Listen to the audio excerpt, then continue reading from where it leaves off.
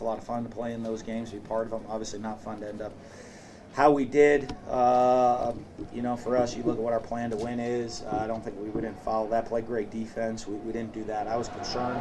I was really concerned about the run game coming in. And obviously we didn't do a great job stopping the run. Something watching them on film, I thought they ran the ball a little better than they were getting credit for. I think defensively, injuries finally caught up to us, this year. I mean, we've been just devastated with injuries. A team that's been suffered more injuries than we have this year, and I think it finally caught up to us tonight. When you lose both your starting DNs pretty much out for the didn't play. Especially in this type of environment, catches up to you. Red zone scoring, huge aspect to it. We should, if we just score touchdowns in the red zone, 2 possessions there in the fourth quarter. Didn't come away with points, and you need to do that. If we did, we'd still be playing. Maybe, I don't know, right? Statistically, you got to go for 2 or something in those situations, but it didn't happen. So, we got to get better. Great thing, big thing for us. I mean, next week's even a bigger game than this week for us. One fun thing about being in Florida, the games just keep getting bigger as you go, and next week's a much bigger game than this game. Our next four games are against SEC East teams, completely controlling our own destiny. So we got to get ready, head up South Carolina, and get ready to find a way to go with that. Get a win. What was it you saw from their run game that gave you positive? Just on film, I thought they cover people up, they block well. I thought people really get nervous about their pass game and the matchups there, and they're able to cover you up. Their back's pretty good, finds seams, finds holes. And does it, and I think when especially with where we are when we start hitting injuries, I mean they ran the ball 24 plays for 218 yards. That's not very good, run defense. What was it about Burrow that made him so difficult to defend? I thought he did a good job scrambling around to extend plays, to be honest with you. But I thought their ability to run the ball really was the big difference in the game.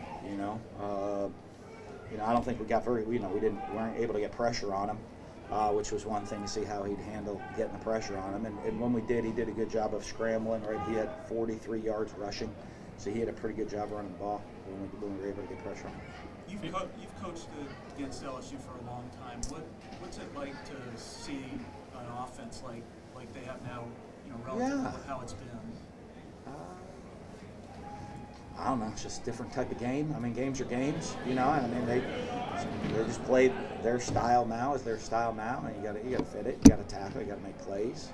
I mean, I've been here in defensive battles. I've been here in offensive battles. This is what it is. You'd watch them all, obviously on film there, you knew what their offense was capable of. Are you still surprised though to see them go for 42 points against this defense? No, I thought the fact that I was concerned the run, and I thought the injuries, once we had all those injuries on the D line, and we I thought that was a big factor. It wasn't surprising. I knew they could score points, and you look at what you want to accomplish, which is create some pressure, don't give up the explosive plays, stop the run. No. You're doing that with some freshman D linemen in there at times, and miss some fits. So, but all stuff we got to get fixed up. Did you feel pretty good at halftime, just the way you controlled the ball offensively? I felt good until the fourth down play, and we didn't score. So. I mean, but just the way the game was going. Yeah, I thought we were executing and moving the ball offensively. I thought we did a pretty good job executing all night, and but the margin for error at big games is really small, and you can't come away with 2 empty red zone possessions in the fourth quarter offensively. Just can't do that. Kyle's performance, I mean, he showed a lot of poise at times. Yeah, I thought he did a really good job. Thought Emery did a really good job. Came in and gave a good mix-up for us. Both those guys. I don't have a whole lot to complain with their performances tonight. I thought they handled the environment. It was an amazing environment. It's what makes the SEC so special. Everybody was worried, is the environment going to get to our young offensive line and get to our quarterbacks that don't have much experience? Didn't. They handled it in every situation.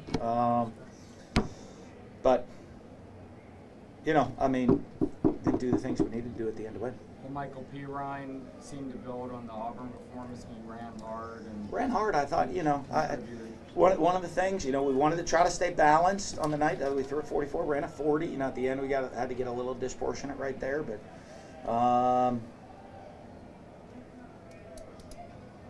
you know, I don't know. I mean, if you would have come in and said we're going to throw for more yards than LSU tonight, probably be like, really? But we did. But, you know, I mean, it was the other things that we didn't do within our plan to win the game. Was Grenard hurt in practice? And then Who? Jonathan Grenard? He got hurt last week in the game. in the game. And we were hoping he'd be able to play, and he didn't practice, but we were just doing rehab all week, and he just got out there and he said he couldn't go. He and Zuniga still will be questionable for next week. Well, I don't have no idea. What did you see on the Trask interception in the end zone? He's trying to make a play, you know, trying to give his chance to a receiver to make a play, and he just, you know, I think he tried to back shoulder it. It seemed like They caught it? It seemed like in the first half, the goal was to try to sustain long drives, maybe limit LSU's offensive possessions, just based on the time possession. No, we knew their explosive offense really wasn't that. It's just trying to execute. You know what I mean? And we thought, honestly, coming into the game, we thought we'd be able to run the ball a little bit on them. You know, even though we struggled at that, I thought we did at times. We were able to run the ball at times. We thought we could create some matchups in the pass game. I thought we were able to create some matchups in the pass game, spread the ball around to some different people. You know, I thought, you know, with the exception of the red zone possessions there at the end, I thought we executed fairly well all night. A couple mistakes here and there. But like I said, when you get into big games, the margin for error gets very, very, very small. So we have to learn from that because we have a bigger one next week. Still control your destiny in the SEC East. Was that the message to the team?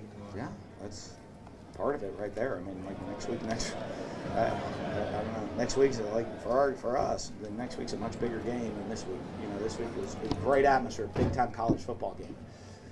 For Florida, next week, always gonna be bigger. You got whether we won or lost tonight, you still had to win the next 4 to you know to basically right there'll be minimal chance of error walking out of here going into the next 4 games. What happened on the Chase touchdown? The Jamar Chase touchdown. Which one was that? It was pretty 54 wide. yard right side line. Yeah, they just ran a crossing route. And our No, the big one down yeah, the our sideline. DBs, they just ran a crossing route, and our DBs didn't pass it off, ran into each other, bumped into each other. They did a nice job, and we didn't cover it. Did you feel like that was kind of that back-breaking play? No, because I thought, you know, like you saw, I mean, to me, talk to the offense. You need to get the first touchdown before you get the second one, right? And we did that. We had the chance. We drove right down the field, and we just didn't finish it there at the end. You know, I mean, obviously, you hope to score a little bit quicker than we do, and you know, you're looking. I don't know when we got the ball in the red zone right there, about a minute, probably about a minute 50, minute 2 minutes. We have 3 timeouts still, so you're still right in the middle of the game. You know, you got to be able to win situational football, and so we felt pretty comfortable that, you know, we practice all of it to be in that situation. We just didn't get the first touchdown that we needed. You mentioned the boys and the way that Emery and Kyle handled the crowd and the environment in the big game. Do you learn anything about them, the way that they did that? Not that I didn't already know. I mean, I didn't expect. I expected them to be able to handle that. To be honest with you, you know, I mean, they both guys they practice hard. They prepare the right way. They're both confident guys. You know, Brian gets them ready to go. And to be honest with you, I wasn't surprised with how they handled it all. What do you build off of this performance? I mean, what are some of the couple of the things you'll take away and you'll be happy and build on? I know you're not happy. Well, I mean, you know, I think one. I mean, we played in a really hostile environment. We got a couple of those still coming up, and so I guess we can get ready that we practice for really loud crowd noise, and we seem to handle it this week. So hopefully that we're used to the crowd noise part of it for next week's practice. Dan, obviously last year you had a hard time with the game after Georgia. I mean, Yeah. is that kind of the message? Is don't let one become 2? Well, we'll talk about that this week, but you know, I mean, obviously, you know, I want to make sure, because I don't think we played real well in the second one of those. But you know, this league's tough. You know, this league's tough. You play in, you know, it's like it's the SEC. I don't think there's, you know, I don't think anybody in the country has a 4-game stretch that we're right halfway through now. I don't think anybody in the country plays that type of schedule in a 4-game stretch. You know, I don't think it's actually possible in any other conference but this one. that's part of playing big boy football here in the SEC. You got to be ready for the next one. What do you want to see from this team in this locker room tomorrow and on Monday to know that they're not going to let one turn into two? Well, our preparation, I mean, if our preparation's not better this coming week than it was last week, we can't expect to win. So we got to prepare better. I love everybody, and I know it might sound cliche, everybody puts so much into it, right? Everybody's like, oh, this, or oh, that. It's really, there's no reality in any of that. It's all about our preparation this coming week. All the kids' families like, oh, what about this? Oh, what? No, it's just, are we preparing the right way? Are we finding a way to get better? Find a way to make another play. It's a lot less complicated than everybody thinks. The actual scheme preparation, what we do, is very, very complicated. But the aspect of if we have a great week of preparation this week, and everybody within the program. I'm talking about guys that don't even make the trip have to have an unbelievable week of preparation, get the team ready. If we can do that, we have the opportunity to perform better next week than we did this week. And if we can perform better next week than we did this week, we'll have the opportunity to win. And I hate to be so black and white about it. That's the reality of the game.